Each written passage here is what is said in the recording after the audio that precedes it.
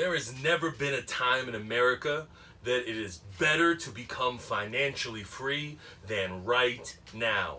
It's more available to more folks. It is easier, yes, that's right, easier than ever before.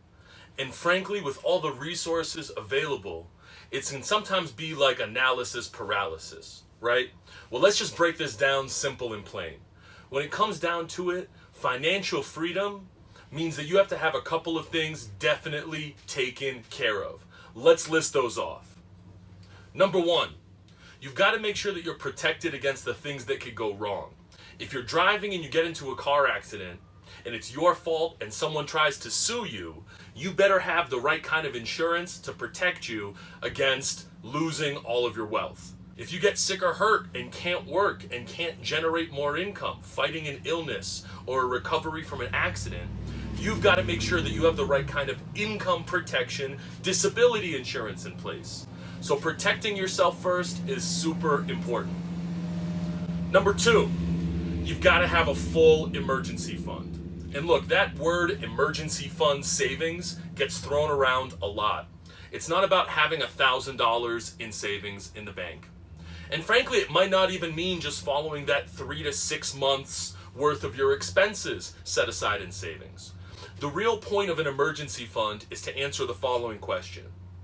If shit hits the fan and something goes terribly wrong, how much money would you like to make sure that you have in the bank, available, accessible, liquid, so that you can access that money and make sure that you're going to be okay and make it through that tough time?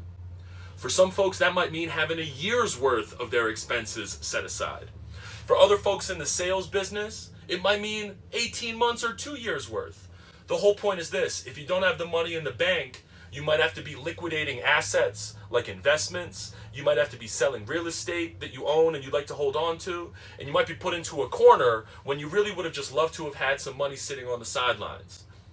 Special tip: make sure that money sitting on the sidelines is earning as high of an interest rate as possible, because that means that your money is working hard for you. Look at those online banks. I'm a big proponent and advocate for Ally.com. Ally Bank is someone who we've been referring business to for over 10 years, showing folks how to earn higher interest on their money.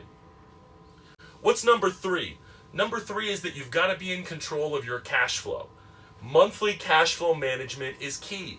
Now, I'm not talking about writing out a budget on how many times you think you're going to go to Starbucks and buy lattes, or how much you think you're going to spend at the grocery store.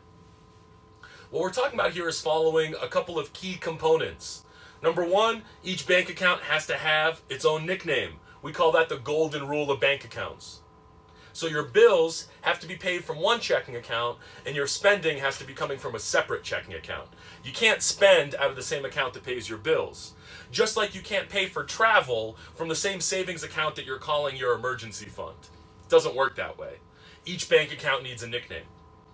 And number two, the big important part here in section 3, your monthly cash flow management, is making sure you understand your gross savings rate. So how much of your pre-tax income are you setting aside for the future?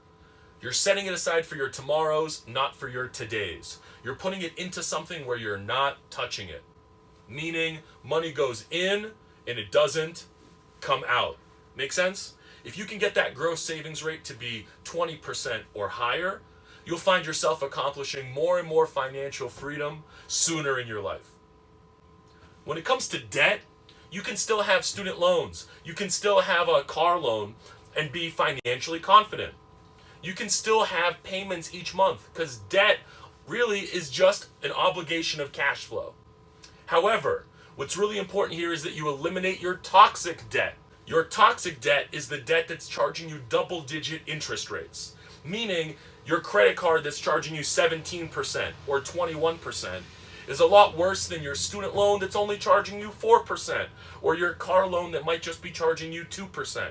So instead of rushing to pay off low fixed interest rate debt, you should eliminate your toxic debt, make sure you're protected, have a full emergency fund, and that your gross savings rate is as high as it can be. Those 4 principles right there are going to get you really far, but let me add number 5. The 5th extra principle to add towards living with financial freedom is optimizing your assets. See, it's not just enough to put money in the bank and savings and let it earn 2%. You've got to work harder to make your money grow even more. So looking at things like market-based assets, things like stock market, yep, that's ETFs, mutual funds, investing in your retirement plan at work, Roth IRAs, Roth 401ks, but specifically it's the holdings inside of those accounts that you should be having a buy and hold long-term strategy. You're buying good stuff that you're okay with riding the wave of the stock market as it increases to build you more wealth.